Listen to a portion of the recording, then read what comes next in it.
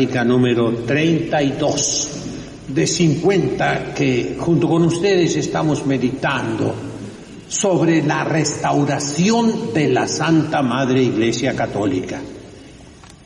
Inicio pidiendo ayuda económica porque estoy construyendo.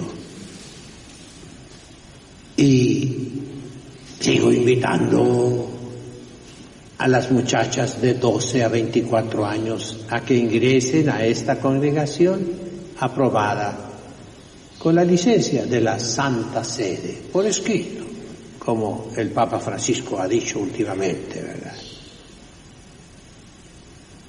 Hablamos de las vírgenes y San Pablo siente una inquietud bellísima.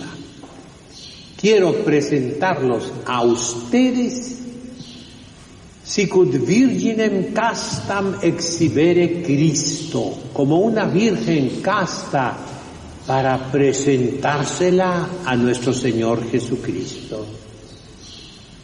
Algunos liturgistas han hablado de la liturgia, que es el traje de bodas que la esposa está preparando para ese encuentro con el esposo.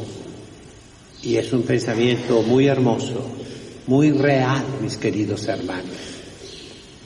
La Iglesia contribuye por su parte como una reacción al sacrificio lleno de amor de nuestro Señor Jesucristo. Él lo dice, cada vez que celebren la Santa Misa, acuérdense que yo los amé. Hec quociescunque feceritis in me memoriam facietis. Estas cosas, cada vez que las hagan, que las lleven a cabo, háganlo en mi memoria, en mi recuerdo. ¿Recuerdo de qué? De mi amor que yo les tuve a ustedes. Eso es la Santísima Eucaristía, eso es la Santa Misa. Recordar cuánto nos amó nuestro Señor Jesucristo. Y como una reacción, repito y repito y repito, la Iglesia ha creado, tomando del Antiguo Testamento, enriquecido todo ese tesoro con la revelación de nuestro Señor Jesucristo. Ha tomado lo nuevo y lo viejo, como dice nuestro Señor del Padre de Familias, y ha elaborado lo más bello que existe del cielo para acá. ¿Qué es? La Santa Misa, que estamos celebrando ahorita, con los cantos, con la participación que ordena el Concilio Ecuménico Vaticano II, que el pueblo cante en latín, el Kyrie, el Gloria, el Credo, el Sanctus, el Agnus Dei, y que responda a las partes que le tocan al pueblo en latín, que se utilice el órgano, el canto gregoriano y el canto polifónico. Nuestro Señor Jesucristo recibe con agrado la liturgia nuestra. Es para Él, ya lo hemos dicho mucho, la misa no es cierto que es para nosotros, no, mis hermanos. En primer lugar, entiendan bien que la Iglesia nunca ha obligado a que comulguen en cada misa, nunca jamás. El mandamiento de la Santa Madre Iglesia dice comulgar al menos una vez al año, por Pascua Florida, y nada más. Entonces, no es cierto que la misa sea un banquete, porque entonces nos debería obligar a comulgar todas las veces que venimos a misa. No, al menos en España, en español, dice el mandamiento, oír misa. Oír misa. Lógicamente eso significa que la escuches. Muy mal hecho del sacerdote que estuviera acá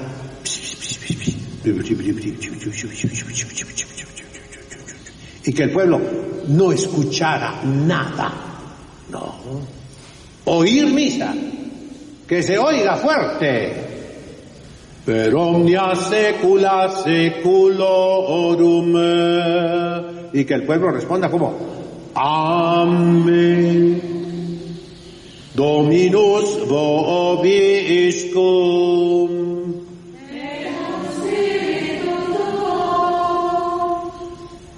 Ite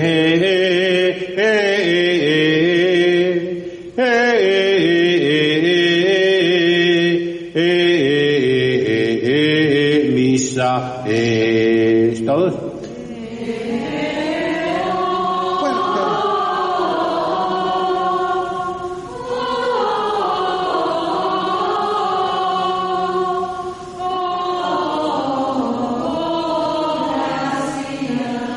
Eso es oír.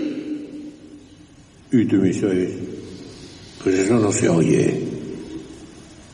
Sentido común, mis hermanos.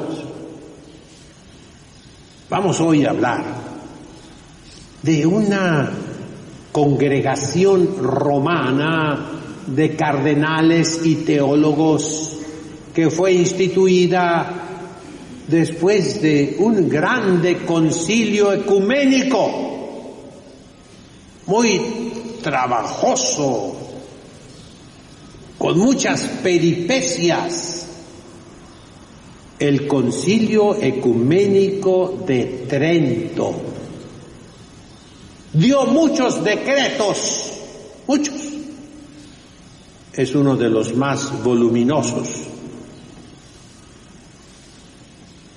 Y ese concilio ecuménico, la Iglesia quiso que no tuviera los problemas terribles que estamos teniendo el día de hoy.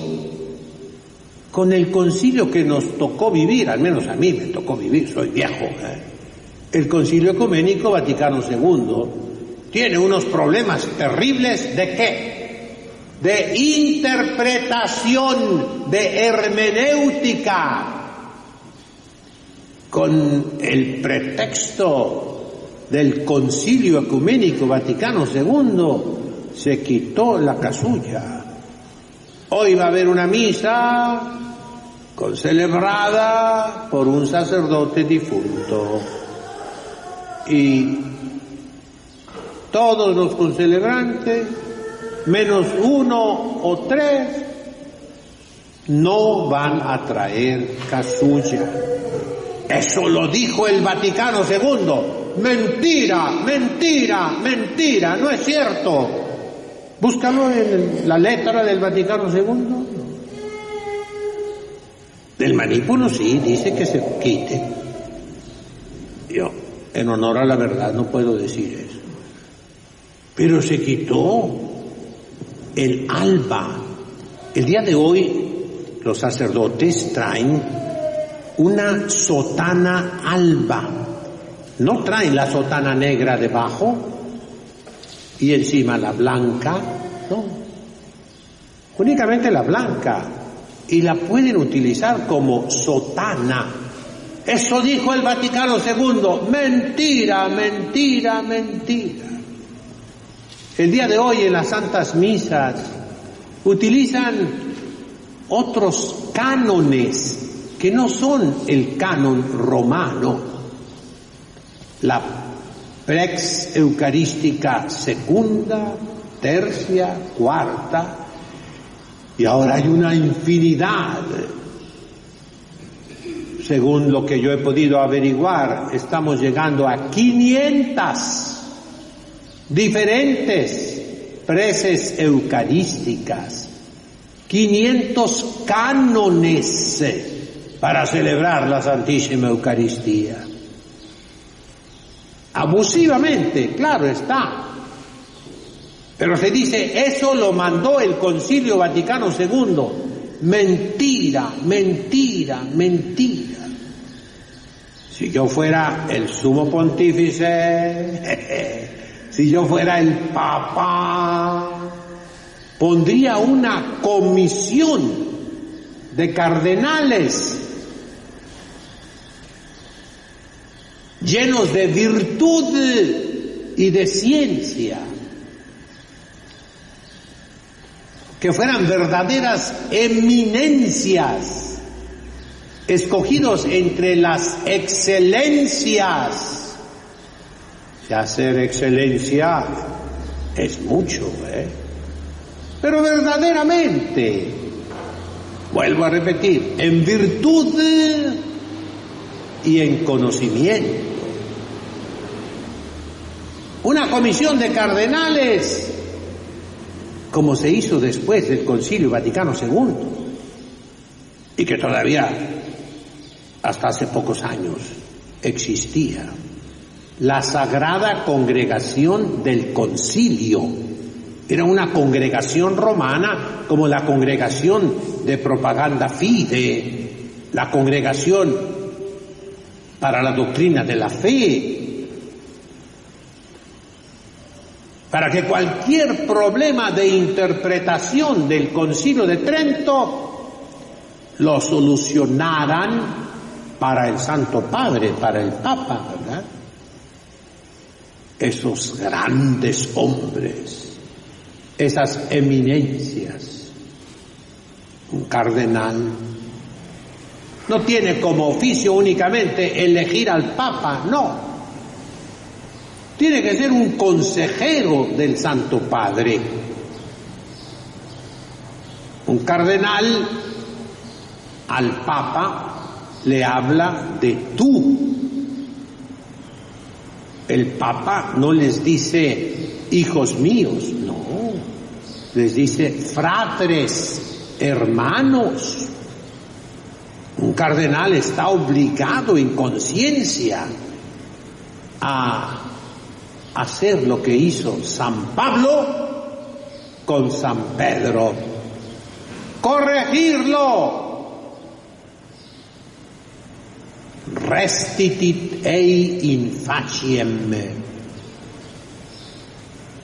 Vean como en esas epístolas, en los Hechos de los Apóstoles, en la epístola a los Gálatas, ese problema de admitir los paganos en la iglesia sin que tuvieran que pasar por el judaísmo, entre comillas, circuncidarse, tener que obedecer todos los preceptos del Antiguo Testamento. San Pedro lo soluciona porque recibió una visión de parte de Dios nuestro Señor y admitió al centurión Cornelio. En el primer concilio de los apóstoles, que algunos lo numeran como el primer concilio ecuménico, el año 51, en Jerusalén, se reunieron los apóstoles y San Pablo con San Bernabé exponen el trabajo que han hecho entre los paganos, entre los romanos, griegos y latinos, que se han convertido sin tener que pasar por la ley de Moisés. Y ahí Santiago apóstol es el vocero de los demás apóstoles y dice: no les vamos a imponer un yugo que ni nosotros ni nuestros padres pudieron llevar. Para hacerse cristiano no es necesario observar la ley de Moisés, pero por caridad, fíjense bien, por respeto a la conciencia timorata, por el escándalo de los pusilánimes, así se habla en teología moral. No coman carne sofocada de un animal que murió sofocado, o sea que se le queda la sangre dentro. No coman la sangre de los animales. no se casen únicamente al civil, por decirlo así, no vivan en unión libre.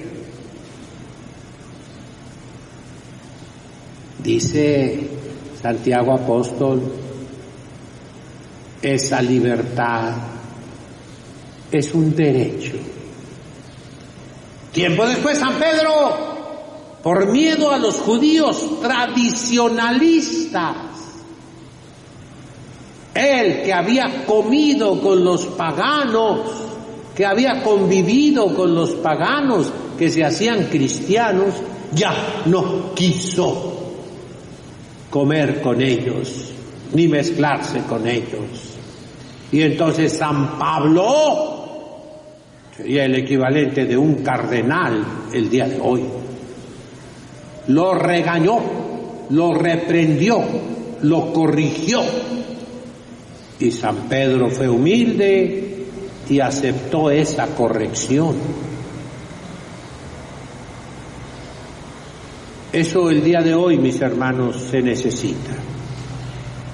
El desastre litúrgico que hemos vivido, que ha despoblado nuestros templos, que nos ha dejado con templos vacíos, que luego se transforman, sobre todo en Europa, en supermercados, en gimnasios, en salas de patinaje, en bares, en cantinas, en night clubs, en muchos lugares, en Canadá.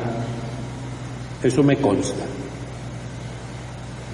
Y que luego son arrasados, destruidos para ocupar esos lugares.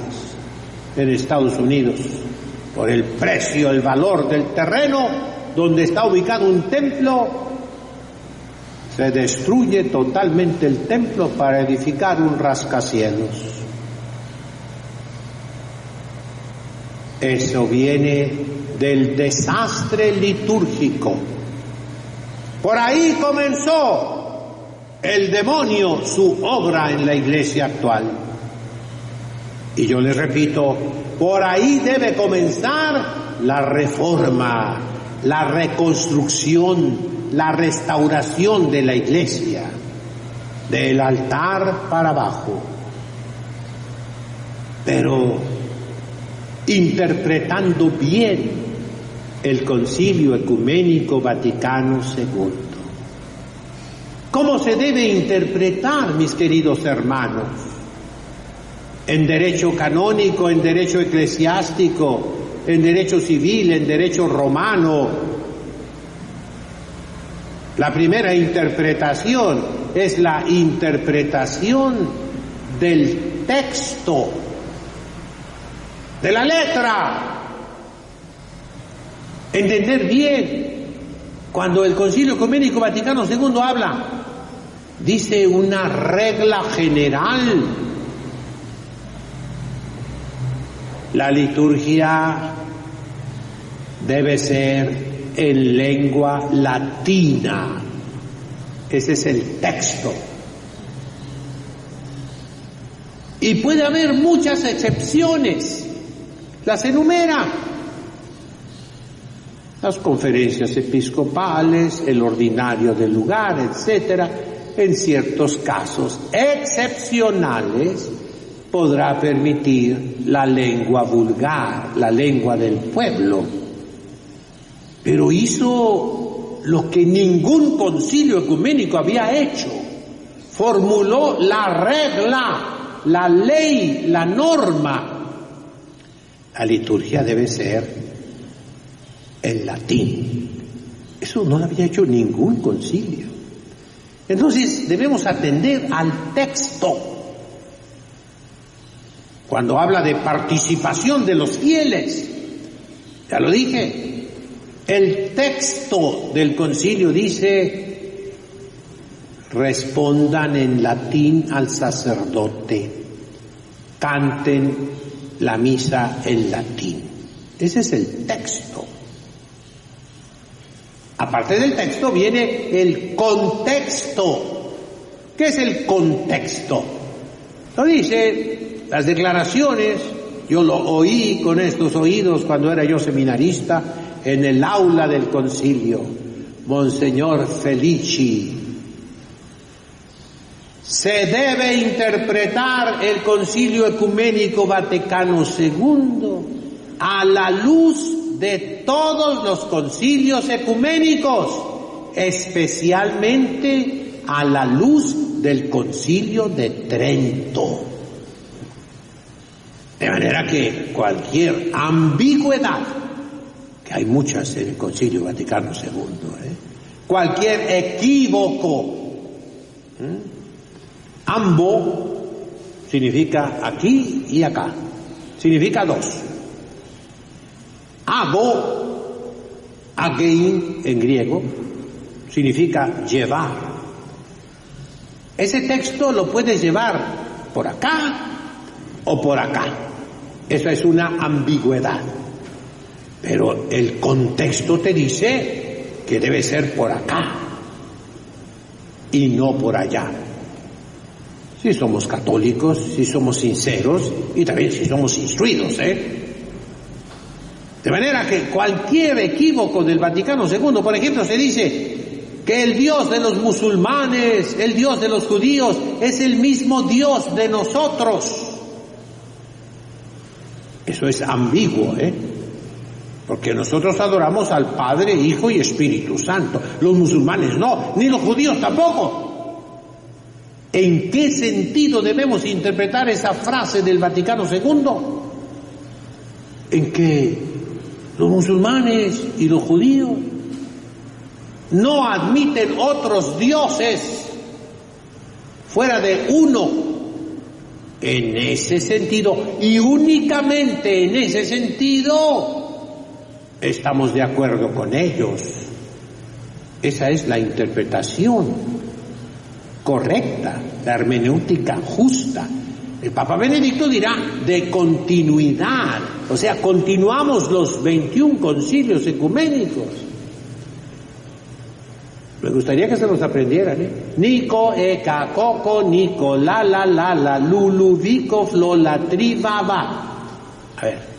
Nico, eka, coco, nico, la, lulu, vico, flo, la, tri, va. Ahí están los 21 concilios ecuménicos, que no deben ser el contexto para interpretar el Vaticano II, pero como hijos de la Iglesia, ¿cuál es la interpretación de los hijos de la Iglesia? El modo de sentir, dirá San Hilario, eoden sensu eademque sentencia, sí, pero piadosamente. San Pablo nos dice en Navidad que vivamos sobriamente, piadosamente. La piedad es la virtud de un hijo respecto a su padre. Cuando Noé, después del diluvio, plantó la vid, surgió las uvas, hizo vino, se emborrachó y quedó desnudo, tirado en el suelo. Un hijo se burló de él y Noé lo maldijo. Los otros dos hijos no se burlaron. Caminando, volteando hacia atrás, trajeron un manto y taparon las vergüenzas de su padre. Así nosotros debemos ver el Concilio Vaticano II en aquellas cosas ambiguas, en aquellas cosas equívocas, que tal vez con maldad el enemigo sembró esa cizaña en medio del trigo. Así se interpreta el Vaticano II, en ese contexto. Texto, contexto, pero hay otra palabra, pretexto. Ahí entra más el demonio. Con pretexto del Concilio Ecuménico Vaticano II, se hizo el desastre litúrgico, no por el texto ni el contexto, sino por el pretexto. Y eso fue la ruina de la Iglesia Católica, el desastre que estamos viviendo.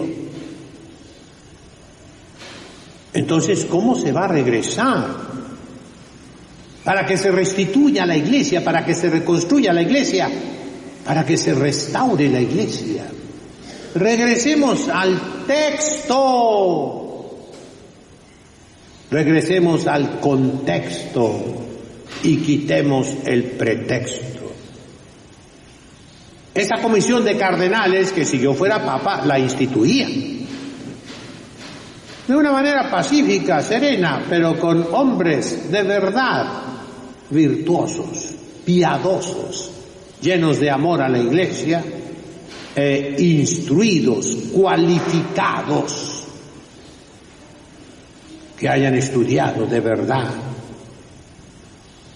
Entonces, lo primero será distinguir lo que es el Concilio Vaticano II, que terminó el 8 de diciembre de 1965 en la tarde. Ahí estuve yo y leí la oración de los fieles en castellano. Puedo decir, participé activamente en el Concilio Ecuménico Vaticano II y dudo que haya algún sobreviviente que haya participado en el Vaticano II como obispo, lo dudo, pero yo como acólito, aquí estoy todavía. Y yo puedo decirles, mis hermanos,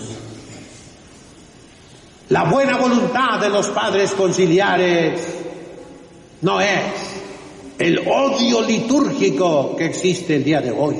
No. Eran hombres buenos, en su mayoría. Se ha dicho que hubo hombres malos, que metieron el agua del río Rin en el agua del río Tíber.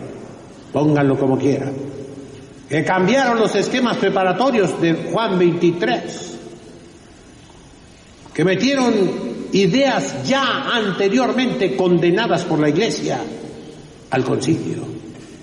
Pero está la palabra de Cristo, non prevalebunt. Ahí en San Pedro está escrito, et porte inferi non prevalebunt adversus eam. Las puertas del infierno no podrán contra la Iglesia, no podrán. Todas esas ambigüedades y equívocos, toda esa cizaña en medio del trigo bueno, no podrá echar a perder la obra de la Iglesia Católica. Basta mirar esos volúmenes enormes publicados por la Santa Sede, donde vienen las sugerencias de los obispos de todo el mundo en la fase antepreparatoria del concilio, para ver cuánto amor a la Iglesia en la mayoría de los obispos. Uno que otro andaba mal desde entonces. Basta haber vivido entre esos obispos, como me tocó a mí, hombres buenos, forjados en la tarea misionera, hombres pastores buenos, profetas buenos, encallecidos en el trabajo pastoral, que dieron toda su vida, años y años y años, y les tocó ese concilio maravilloso, majestuoso, mis hermanos. Temblabas tú al ver casi 3.000 obispos con el Papa. A mí me tocó Pablo VI. Qué hermosura de iglesia, mis hermanos. Y eso no se puede echar a perder, porque Cristo defiende su iglesia. Si hay buena voluntad, Pero el día de hoy nos encontramos con muchos que no tienen buena voluntad. No, Señor, no tienen buena voluntad. Tienen odio a la Iglesia, odio a la tradición. Como dice la epístola de San Judas Tadeo, lo que ignoran, mainusin, dice en griego, lo echan a perder. Todo lo que tocan lo echan a perder. Y no producen fruto. ¿Cuál ha sido el fruto? Un fracaso pastoral que nadie puede negar. La desaparición de la Santa Madre Iglesia. Por eso distingamos, el concilio acabó en 1965. Lo que viene después no es el concilio, no es el texto del concilio, no es el contexto del concilio, mis hermanos. Me duele decirlo, y esto les dolerá más a los que me oigan, Es pretexto del concilio, óiganlo bien, pretexto del concilio, señores cardenales, arzobispos, obispos, sacerdotes. Con pretexto del concilio. Quitaron las oraciones al pie del altar. Eso no lo dijo el concilio. El concilio dijo, quiten las repeticiones. Sí. Las repeticiones. Óiganlo bien, los architradicionalistas, que no quieren saber nada del Concilio Vaticano II. El concilio se repite 3 veces.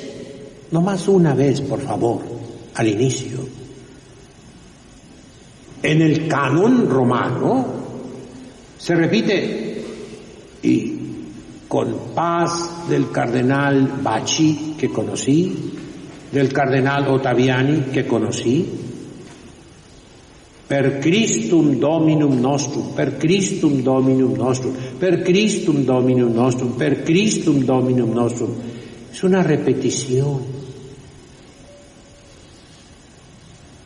Antes de la comunión todavía, 3 veces, per Christum Dominum nostrum. Ahí pidió el Vaticano II que se eliminaran las repeticiones. El concilio nunca pidió que se metieran oraciones judías actuales, no bíblicas, no son bíblicas. Baruch atah Adonai, bendito sea Señor, Melech Haolam, Rey del universo, por este pan, fruto de la tierra y del trabajo del hombre, por este vino, fruto de la vid y del trabajo del hombre. Eso ni es bíblico, y aunque lo hayan usado algunos escritores cristianos al inicio de la Iglesia, no hacían sino repetir el culto de la sinagoga, el culto del templo de Jerusalén, cuando no existía el sacrificio de Cristo, que la Iglesia lo tomó un tiempo en algunos lugares. Está bien, lo concedemos, pero después hubo reformas en la Santa Madre Iglesia, muy atinadas, hechas por hombres santos y sabios, y nos dieron las oraciones del ofertorio, que en mi opinión son las oraciones del templo de Jerusalén, no únicamente de la sinagoga o de la casa judía. Eso no lo mandó el Concilio Ecuménico Vaticano II. Ese no es el texto ni el contexto del Vaticano II. Fue el pretexto. El que se celebre de frente al pueblo fue pretexto. Y todos los innumerables cambios, aunque los haya hecho el Sumo Pontífice, muy su autoridad de él, pero no es el Concilio Vaticano II en el texto ni en el contexto, es el pretexto. Ya los enfadé con estas nociones, pero me duele ver el desastre litúrgico. Oremos, mis hermanos, que los señores cardenales, arzobispos, obispos y sacerdotes algo me entiendan de lo que les he dicho. El que tenga oídos para oír, que oiga. En nombre del Padre, del Hijo, del Espíritu Santo. Amén.